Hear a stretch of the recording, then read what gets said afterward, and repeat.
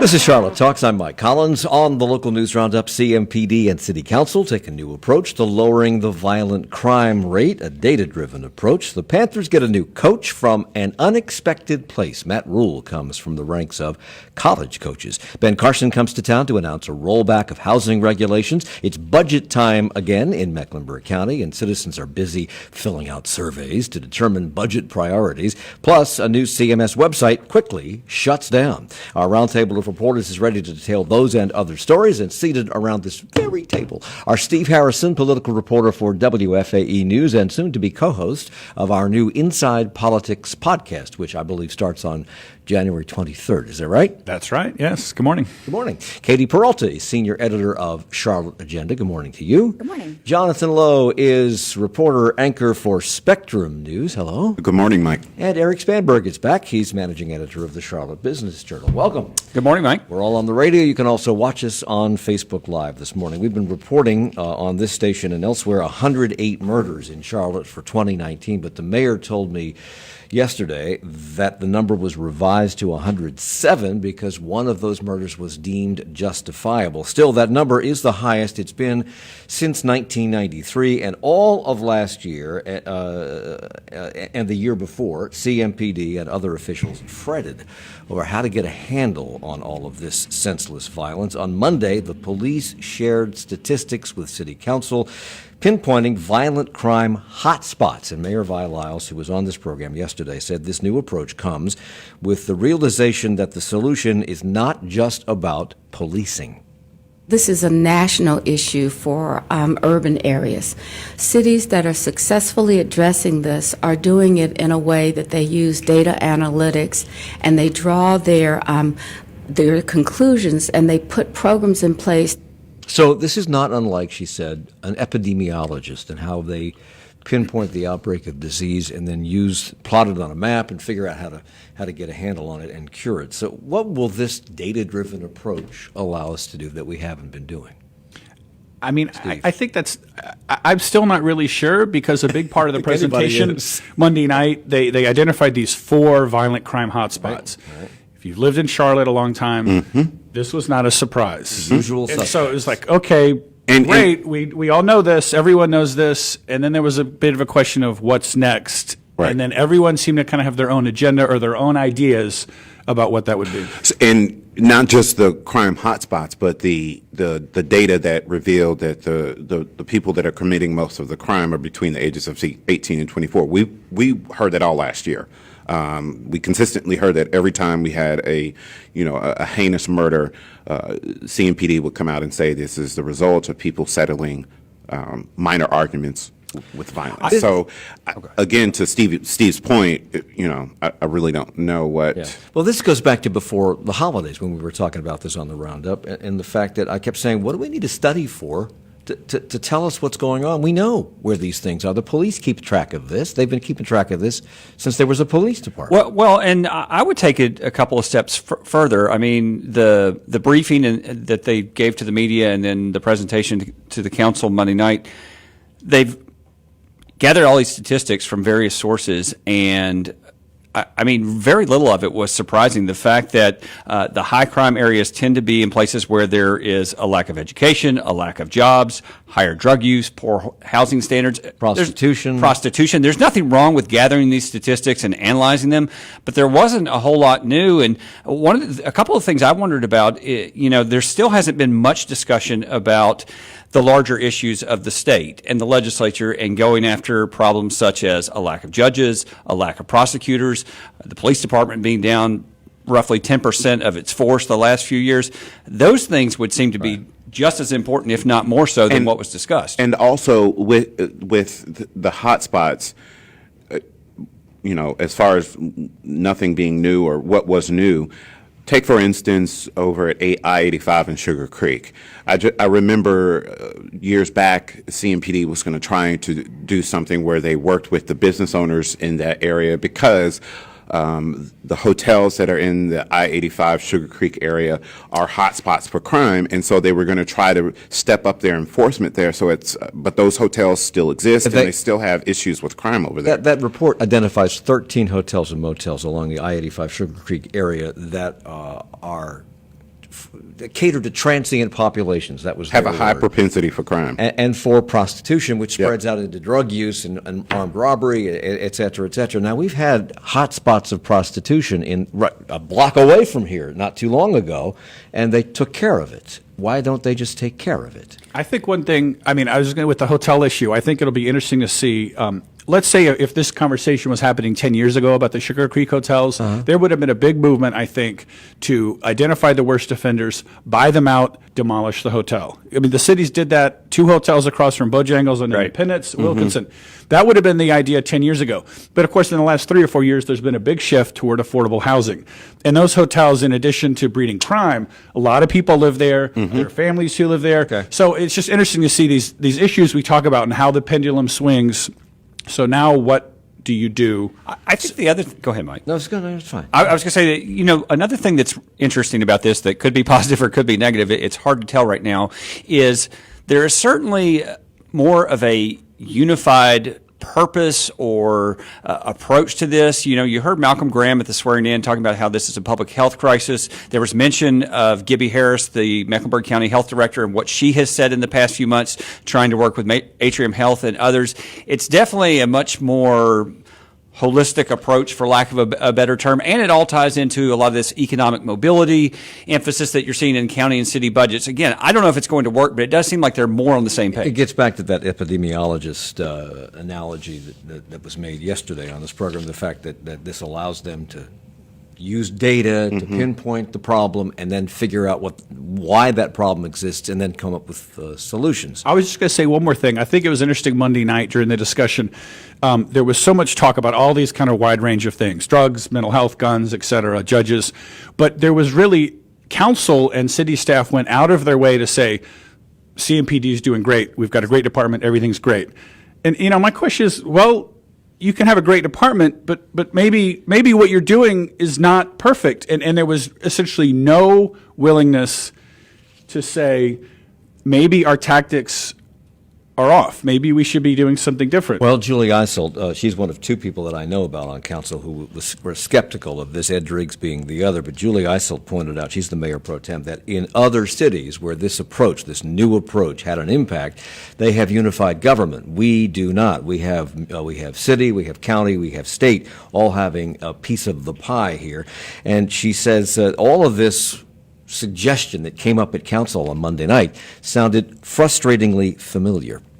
This is like Groundhog Day, because we have the Homicide Task Force report from 2005. We have the Criminal Justice report from 2008. They've made all of these recommendations, and here we are again talking about the same things on a different day. So when's it going to change? So council is going to get together, and I think a committee on council is going to come up with strategy based on this new approach. But how divided is council over this? Is it just Ed Driggs and Julie Isolt who are a little skeptical? Or I mean, my hunch is they'll be able to reach a consensus and back most of what's being proposed. Mayor Lyles is pretty good about counting votes in advance, so I wouldn't be skeptical so much of the ability to come up with a plan and to back it. But I do think it's notable, for example, we were talking before the show, Julie Isolt, who has essentially built her political career on public safety. Because she was a victim of because she was violent a crime. victim Absolutely. of violent crime. I mean, it was violent. Right. And she is now, and we've really heard very little discussion about this, she's not even on the Public Safety Committee. It's been renamed, but she's not even on that committee anymore, and that's a bit of a head scratcher, too. Yeah, absolutely. I mean, she was chair of before they reorganized the committees and melded, I think, 3 into 1. She was chair of the Public Safety Committee for over several administrations. So, one would think you would like to have that expertise on this particular topic. Go ahead, Katie. I admittedly was not at the meeting on Monday, but I was a little bit surprised at, they did, seems like they proposed like some community involvement programs, after school type things to, nip problems in the bud before they become, really big. But I was surprised at some of the listed like solutions. And the lack of focus on guns. There was, I believe, 80% of the homicides last year were committed by firearms. I'm actually surprised it's that low.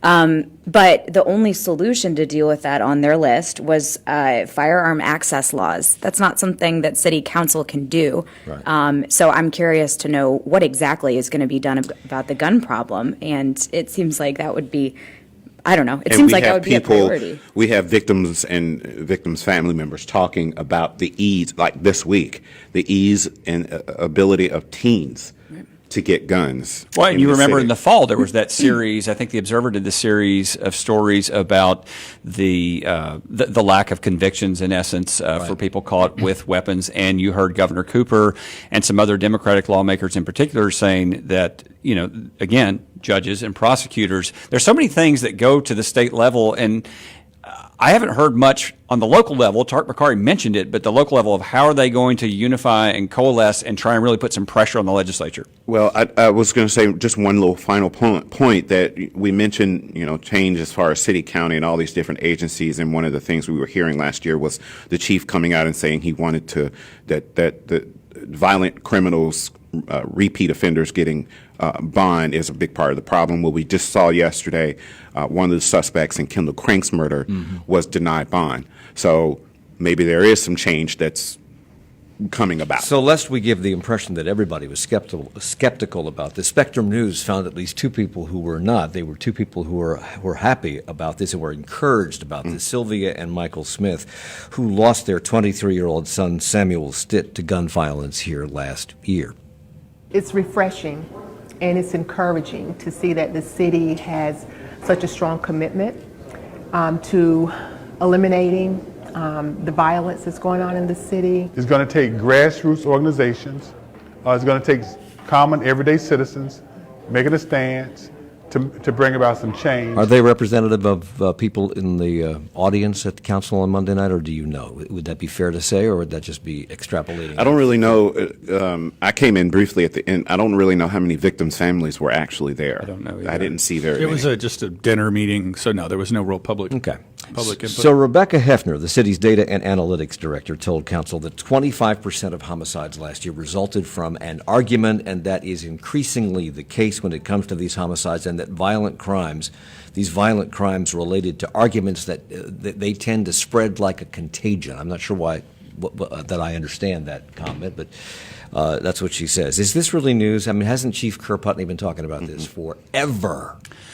Yeah, I mean, I think he has. I think there probably is some value, at least, in putting specific numbers out there and raising more awareness of the public, because not everybody is following this day to day of what's happening and just how severe the problems are. But again, I don't think any of it was really shocking. These four areas that they identify, these hotspots for crime, Beatties Ford Road and LaSalle, Sugar Creek Road 85, Central Avenue and North Sharon-Amity, Nations Ford Road and Arrowwood. We've known about these places for a long time. Have we just been ignoring it? What is this new pinpointing of hotspots do for us? Well, no, I mean, the deputy chief was clear that they have not been ignoring it, and he was talking about in some areas, I think with the 13 hotel cluster, there has been state, local, federal work on this, but it is just very difficult to solve, obviously. Okay.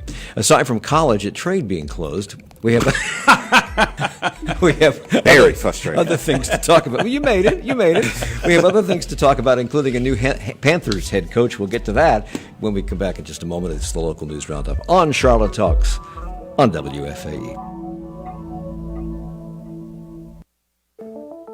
Support for Charlotte Talks comes from WFAE members and Lowe's Home Improvement, dedicated to improving upward mobility through initiatives aimed at affordable housing and careers in skilled trades right here in the Charlotte area. More information at lowes.com. And Stand for Animals, a nonprofit veterinary clinic hosting So You Think You Can Bark, performances by pet testants and their pet parents, judged live on stage Friday, February 21st. Tickets at carolinatix.org. Coming up Monday on this program, the moment we've all been waiting for or dreading is here. The 2020 election is on the horizon with South Carolina's primary just around the corner. The primary can make or break the hopes of Democrats looking to take on Donald Trump, who will make history when he comes to Charlotte this summer for the Republican National Convention. But there's more than just the presidency on the ballot, and we examine it all with two political junkies. Monday on this program at 9. There are laws governing presidential decisions about the use of force, but do they still matter? Ours is not a system in which we can be taken into war by the executive, and it never should be. President Trump acts, he says, to stop a war. Lawmakers are worried there's nothing stopping him from starting one. I'm Todd Zwillick. It's the Friday News Roundup. That's next time on 1A. 1A from 10 to noon, right after Charlotte Talks on 90.7 WFAE, Charlotte's NPR news source. It's Charlotte Talks and the local news roundup on listener-funded 90.7 WFAE and 90.3 WFHE. I'm Mike Collins. We got four reporters around the table. Always a dangerous room to be in. Steve Harrison, reporter for WFAE News and co-host of our new Inside Politics podcast, which premieres on January 23rd. Katie Peralta is here from the Charlotte Agenda. Jonathan Lowe from Spectrum News and Eric Spanberg from the Charlotte Business Journal. And one more question before we move on from what we've been talking about, which is the new approach the city wants to take toward crime. Deputy Chief, can't think of his name. Gerald Smith? Gerald Smith told council that the police need the help of other leaders in the community. So law enforcement and CMPD cannot do it ourselves. That's something that Chief Putney has been saying now for years. Rebecca Hefner, the city's data and analytics director, laid out a framework. She says city council should use a combination of collaborative partnerships backed by data and comprehensive social services to curb violent crime and focus on the most at-risk populations. Well, social services are the county's purview. They run social services. But isn't the city and CMPD, haven't they been involved now for a long time with citizen groups trying to get a handle on this? How is this different?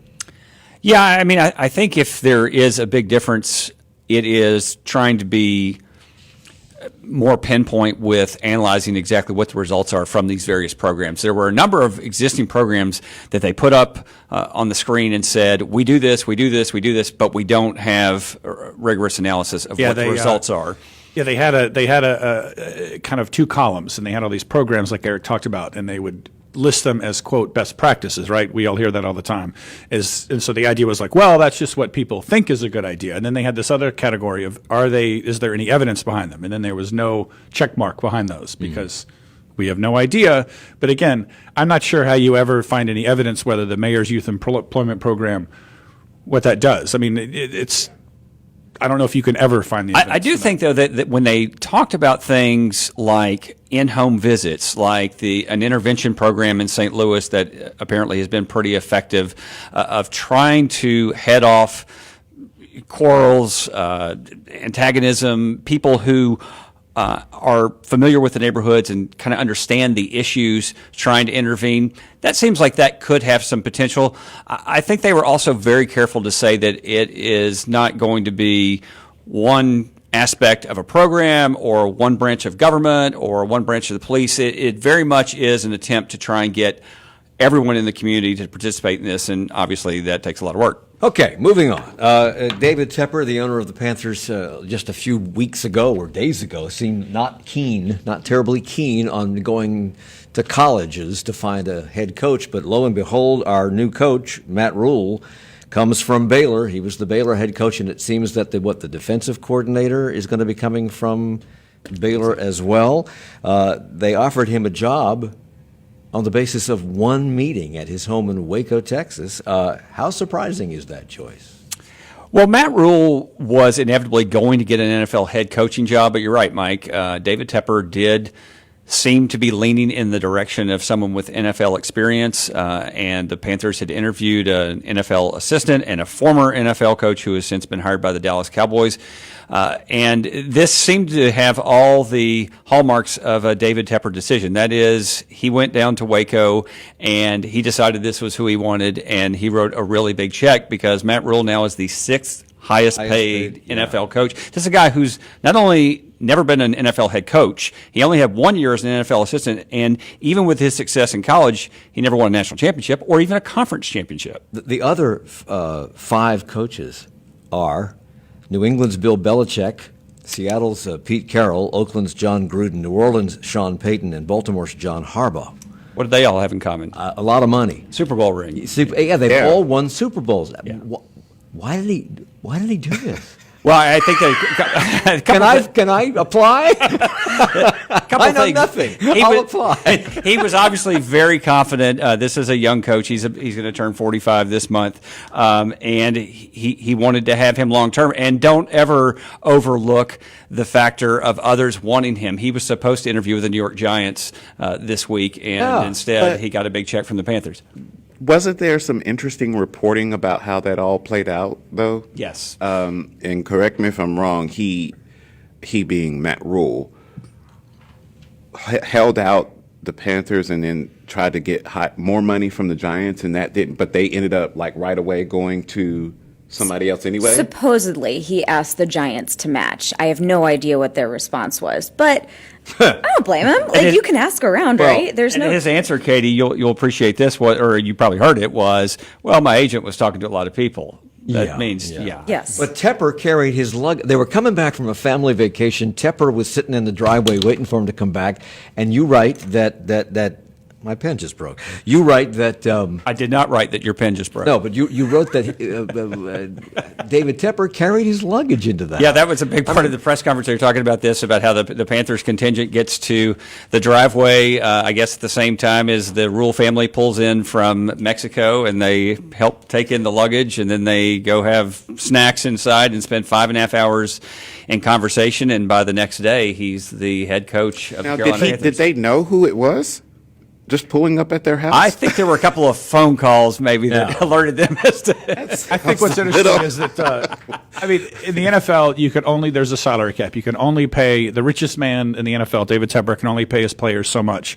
But there's no salary cap on so many other things, how much you pay your coach, your facilities. And he's shown, by moving to South Carolina, he'll spend whatever it takes to get any sort of advantage. Right. And it'll be interesting to see with combines coming up how quickly and who how much freedom Matt Rule gets to pick his coaching staff. As we said, he's the 6th highest paid coach now in the NFL, and that means he's making $62 million. How many of you are making that? $62 million. I don't want to brag, but over 7 seasons. And when he arrived here, he sounded like, and I would too, that he was all in and ready to hit the ground running.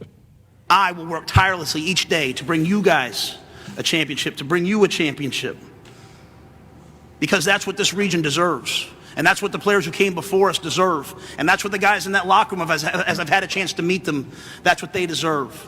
Okay, so tell us about this guy. He did work in the NFL once, right? Yes.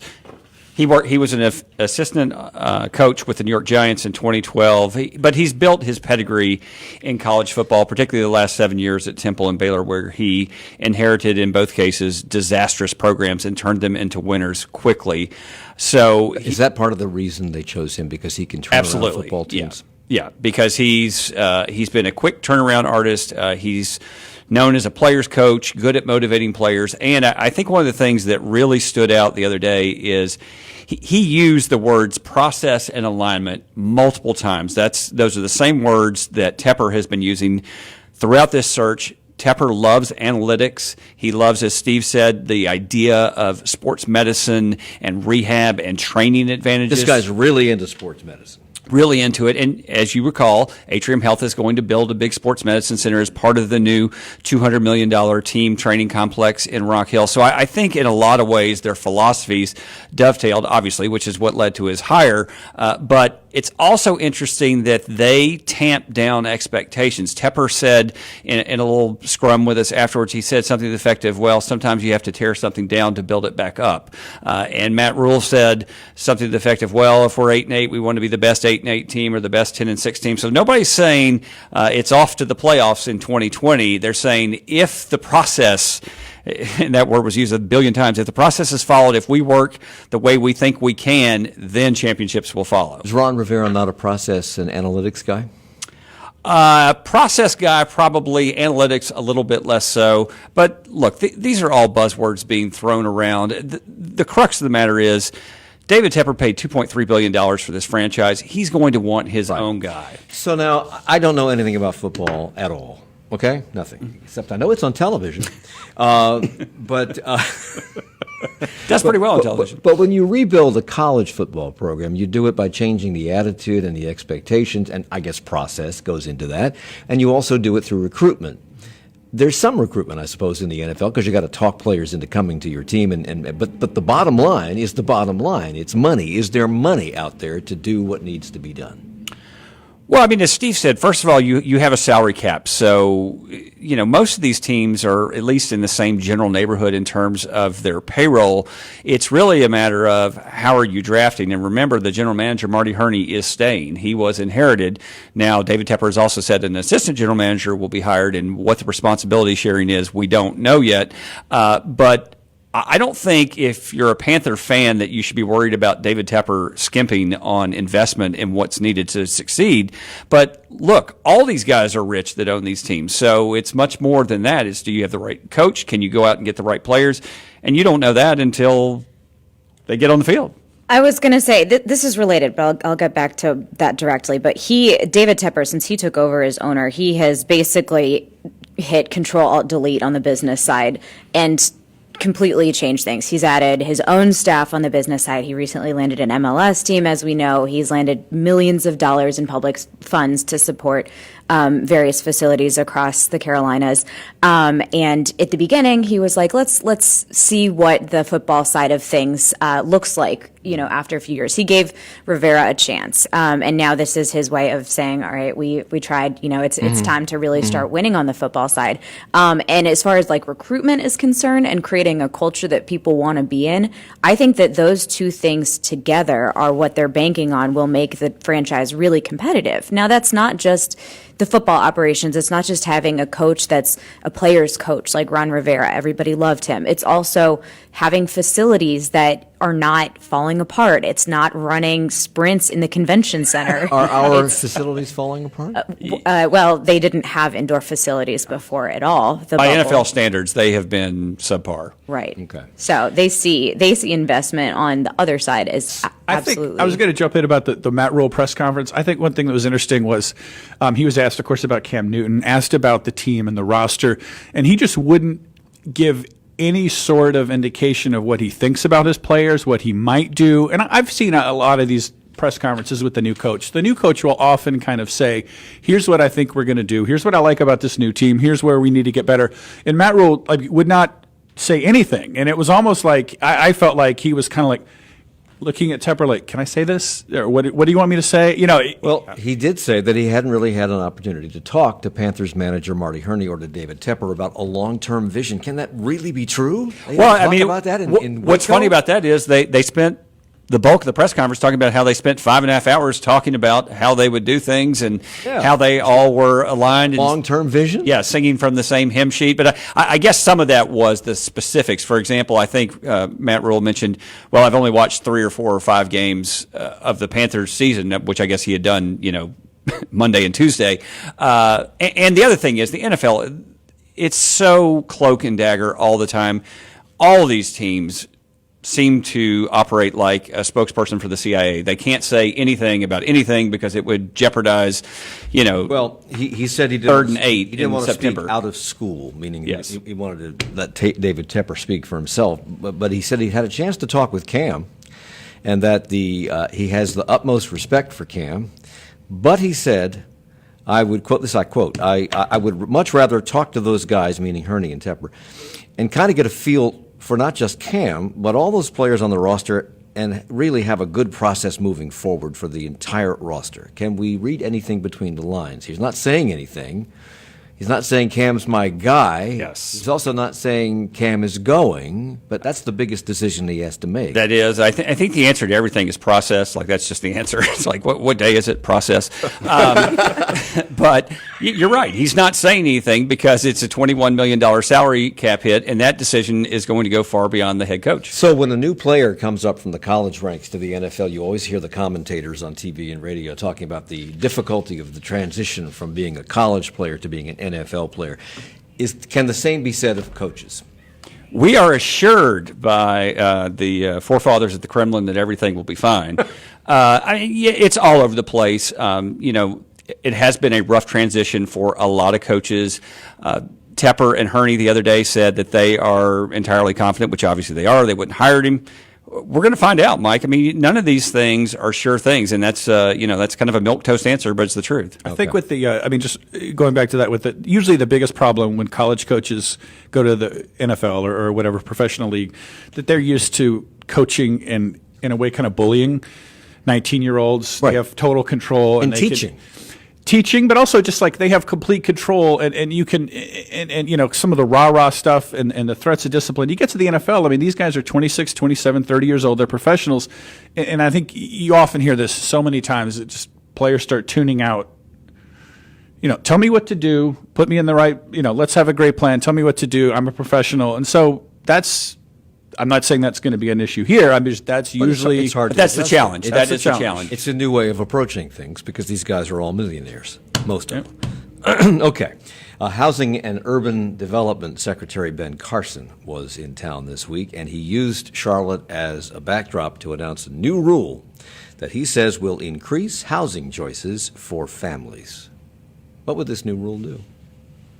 So it's under the Obama administration, they required cities to show more aggressively that they were working to desegregate their housing, and this will roll that back. And Ben Carson says that he says that it'll just when we allow people to build housing wherever, we'll have more housing. Mm-hmm. Housing prices will be cheaper, and it's interesting because this is of course this national policy, but this is kind of played out in Charlotte a little bit, right? Because for 10 years ago, Charlotte's big push was breaking up concentrations of poverty, not building affordable housing in the same places over and over again.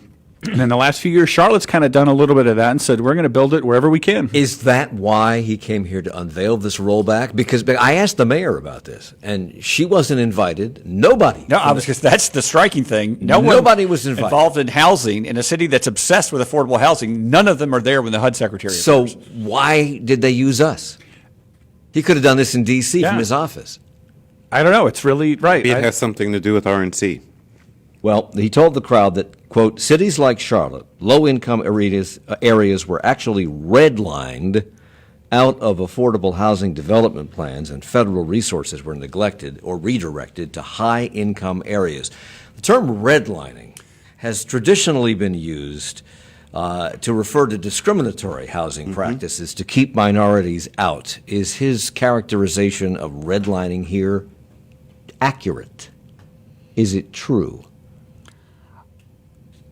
I can't give you I'm not enough of a housing expert to say how true his statement is, but the use of that language is, I think, highly offensive and inflammatory to a lot of people. One would very think deliberate. it's deliberate. Yeah. I mean, that, as you said, the history of that term is completely ugly, and the fact that he used it to kind of flip around the argument, I know, has offended a lot of people that are trying to build more affordable housing. Is this just more of a bizarro world that we're living in right now? Yes. Up is down, Yes. black is white? It sure felt that way. Okay. We have a few more things to talk about this, including the fact that the mayor wasn't invited to this, in just a moment. It's Charlotte Talks on WFAE.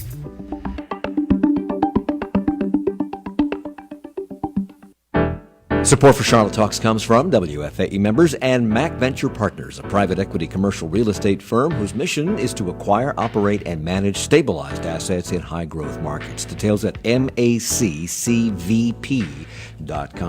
The roundup of the week's news continues at 10 on 1A with a look at the news from around the nation. Iran launched missiles Wednesday that struck at least 2 military bases in Iraq that housed U.S. troops. Senate Majority Leader Mitch McConnell has taken the impeachment trial into his own hands by putting forward a set of impeachment trial rules without Democratic support. Puerto Rico is waiting for billions of dollars in federal aid that was due after hurricanes that struck 2 years ago. And, of course, they suffered those earthquakes this week. All those stories and more next on 1A. And a reminder, Monday we talk about politics on the first of many Mondays in 2020. In fact, for every Monday in 2020, we'll be talking about politics heading toward the election in November.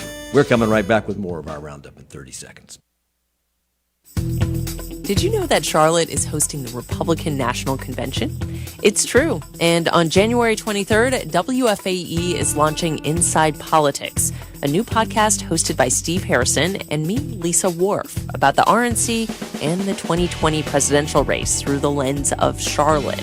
Listen to the trailer and subscribe to Inside Politics now on NPR One and WFAE.org/Inside Politics.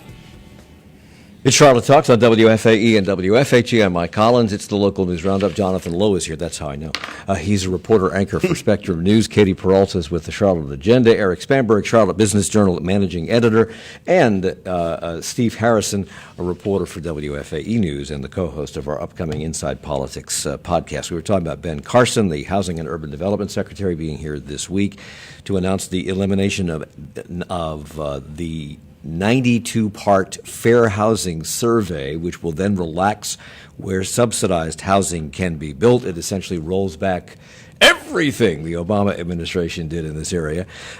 He said that mayors of cities generally know their city's housing needs better than the federal government. And he added that cities around the country were asking HUD for these changes. So yesterday, when the mayor was on this program, she had not been asked. She didn't even know that he was coming to town to be part of this.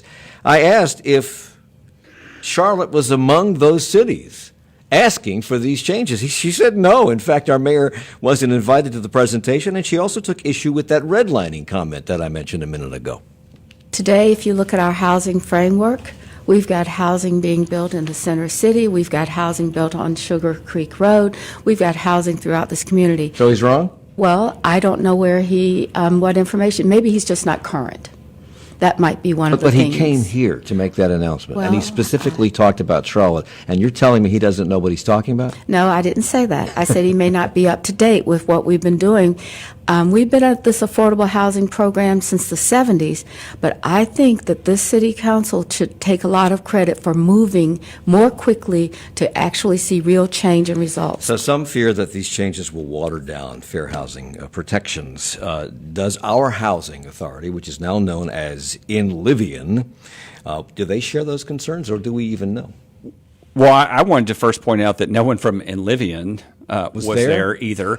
Also, Pamela Weidman, who runs the city's housing agency, was not, or housing division, was not there either. So, I mean, it goes. Who was there? It goes just beyond the mayor. The limo driver? It is a bizarre sequence of events.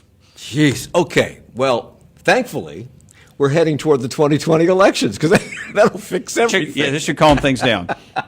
And on Tuesday night, Mecklenburg County commissioners voted 8-1 to buy new electronic voting equipment and have it in place by the March 3rd primary. We had a choice, I believe, of 3 different approved machines approved by the state.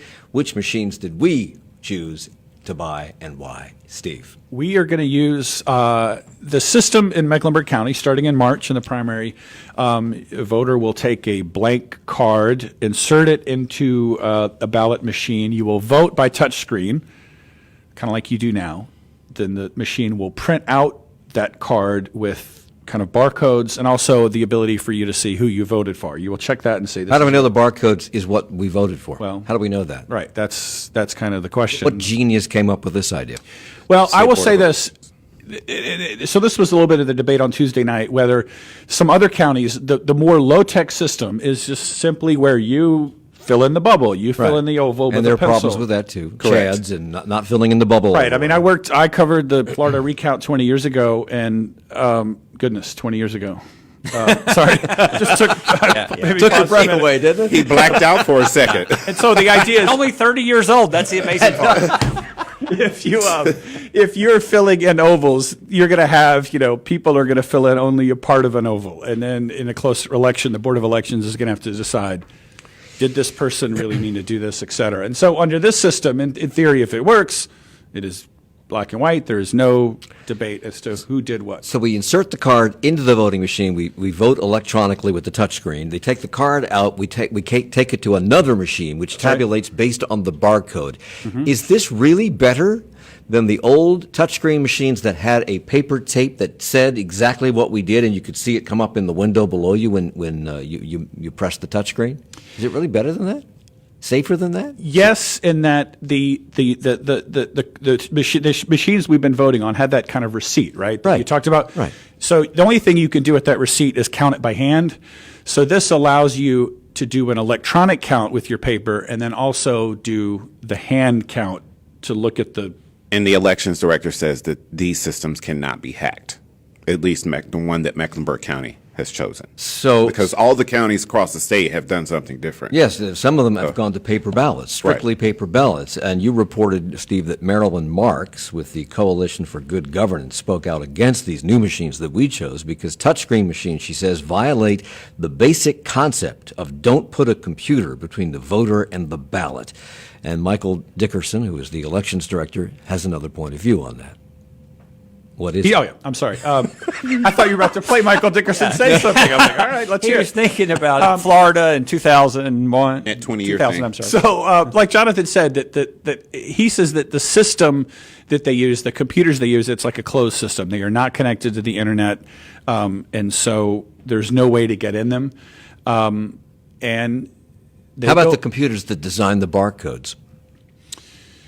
That design the barcodes. Well, somebody has to decide what the barcode looks like. So, I mean, what designs that? Do those machines touch the internet? I guess the idea is that on election day, they are all remote and they are all on their own. Mm-hmm. That they are not. There is no connectivity at the different precincts of the polling can places. happen at any point in the chain. All right. Well, we'll talk. We'll What get a Michael cynical Dickerson. host we have. I am. He tried to lead the witness, I heard in that mayor clip. I mean, you got a lot going on over there, Mike. Thank you very much. Commissioner Elaine Powell was the lone no vote on these new machines. Why? Why did she vote no? She just asked during the meeting a couple questions about kind of what Marilyn Marks asked about the technology and whether, and then she didn't really give a big elaborate answer as to why she voted no, but it seemed to be the question of whether having this touchscreen at all is vulnerable and whether it's the best way forward. We'll get Michael Dickerson on the program.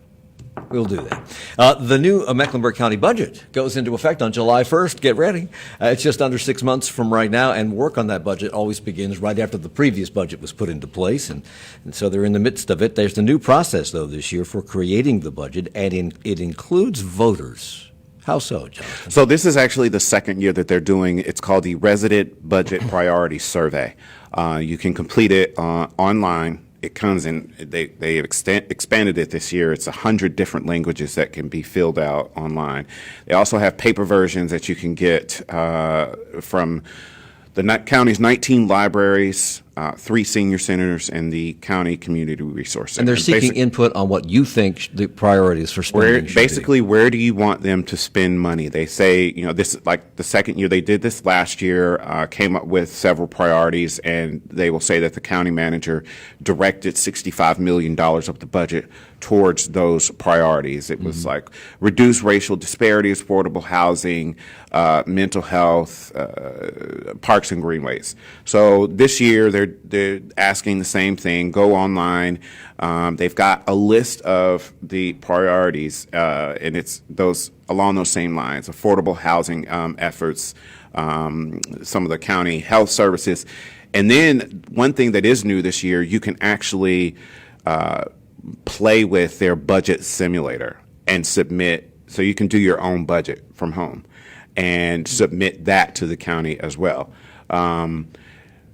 All of that information, I just checked with the county. They've got more than 2,400 people that have done it, that have completed it online. There's no, they won't know how many have done it, the paper version, until after. Well, but there's a lot of engagement. Last year, I think they had something like 1,500, 1,600 people who did it. So That's not a lot in a county this size. So you tell me, how do people find out about this? I didn't know anything about this, and I kind of follow things. So how do you find out about this, and where do you go to participate? So they've got it right smack dab on the homepage of the county website. What is that? mecnc.gov, I believe. Okay. And so you go online, you fill the survey out. That way, like I said, you can go to one of the county libraries. But they had a deadline it was supposed to be the 8th, which was Wednesday. They have extended that to Monday, so people have more time. I had a question about that because I did a lot of reading on this yesterday, and all I could find was this date, January 7th. And I thought, well, that's the opening date because on the 28th of January, they're going to be meeting about the results of this survey. But then I thought, no, what I just read said it's a one-day survey, January 7th. So what's the story here? So the way the process, so on the 7th, they had a budget public hearing. So during the county commission meeting, it was a regular meeting, they had a portion in there for people to come up and give their opinions on how money should be spent. So initially, the public hearing was going to be Tuesday. Wednesday was going to be the last day for the survey. They have extended that to Monday. So all of that information will be compiled and given over to the commissioners for their retreat, which is at the end of the month, the 29th and 30th. What's to prevent me from going on there, and I'm talking about me now, Yes. and taking the survey multiple times? I have a free weekend this week. Well, I would think, I haven't asked that specific question, but I would think that the county tracks IP addresses. Okay. They can use the new voting machines to track this. I'll say one more thing about the budget survey. I mean, last year, like Jonathan said, they did this last year, and it was a bit of a there was a mild backfire on it because remember when we did the quarter-cent sales tax for the arts, and so pushing how important this is, et cetera, and then the opponents were like, "Wait, we just did a budget survey. No one said the arts is that important." Anyway, it's important. Well, maybe they'll hear about that now since that failed. All right. Last Friday, there was a surprise announcement involving the closure of Legacy Preparatory School in East Charlotte. Parents were informed Friday of last week. Schools were to have started this past Tuesday. And Stacy Rose, who was the principal of Legacy Preparatory School, told WFAE News they just couldn't keep going. I know a lot of the contention has been, why did you wait to the last minute? Because we really were waiting to the last minute to see if a miracle or something would come out of this. So why the closing, and why did the school wait so long to inform parents? They had their charter revoked because of performance. And as a charter school? Yes. But then they became a private school. Well, they had secured a private investor at some point, and it's my understanding that they were counting on some infusion of money that never came. And I think the principal or whoever that was the principal who just spoke? Oh, so she had said something along the lines of we had depended too much on this investor and didn't happen, which I certainly don't think that they anticipated such an abrupt closing because they're left with 143 or 145 kids scrambling to find a classroom. And 135 of the 145, right. 135 of them received opportunity scholarships, which are awarded to schools on the students' behalf to allow these students to attend private schools. What happens to that money? That's a good question. Okay. Meanwhile, Mecklenburg County charter schools continued to grow in enrollment, which now stands at 21,028. That's 1,644 students higher than anticipated. What kind of burden does this put on CMS? Because they fund these schools. Right. This also comes at a time when CMS enrollment itself is either flat or declining. So they're trying to figure out what to do with, this surge that they weren't exactly anticipating. I think they went at the same, from 1,550 budgeted students increased to 1,644 or something like that. I think this is a trend that's nationwide. This isn't just CMS. And dealing with it is something that, Ernest Winston is the new CMS superintendent. He has a very full plate, as we've heard, and I think that this is certainly a top priority for him. Last summer, Charlotte-Mecklenburg Schools rolled out a new look and a new website, got new logos, new colors, a new website. But over the winter break, after spending $200,000 on that new site, CMS had only one thing to say about it. Goodbye. So what happened? You just played the AOL sign-off mic. Well, it's better than You Got Mail. That's what happened. Oh, my gosh. I'm cringing in my chair. That was awful. Wow. We had hanging chads, and now we've had AOL. Oh, my gosh. Well, people didn't like it. They got mail. They got mail about this because people didn't like the website. They found it difficult but according to the CMS Chief of Staff, Latarja Henry, WeAreCMS.com debuted as part of a marketing push designed to convey the school system as, quote, honest, approachable, and transparent. Wait, are we talking about CMS here? Transparent, really? Henry said that people found it difficult to use this website. In what way? It was a clunky user interface, for instance. Navigation was tough. The search was tough. When parents were looking for things like school assignments, Or the handbook. Really basic everyday functions that you need. We're trying to find the handbook several times. That's something that should be absolutely the easiest So part. a vendor named Edlio, EDLIO, set this up. And they paid him money to do this. And after spending $237,500, they decided to shut this down. The system was scheduled to pay Edlio $135,000 a year to keep it up and running. Well, they don't have to pay Edlio any penalties for early termination. But they said that what we came to know very clearly is that what we needed the system to do for us, Edlio wasn't equipped to do for us.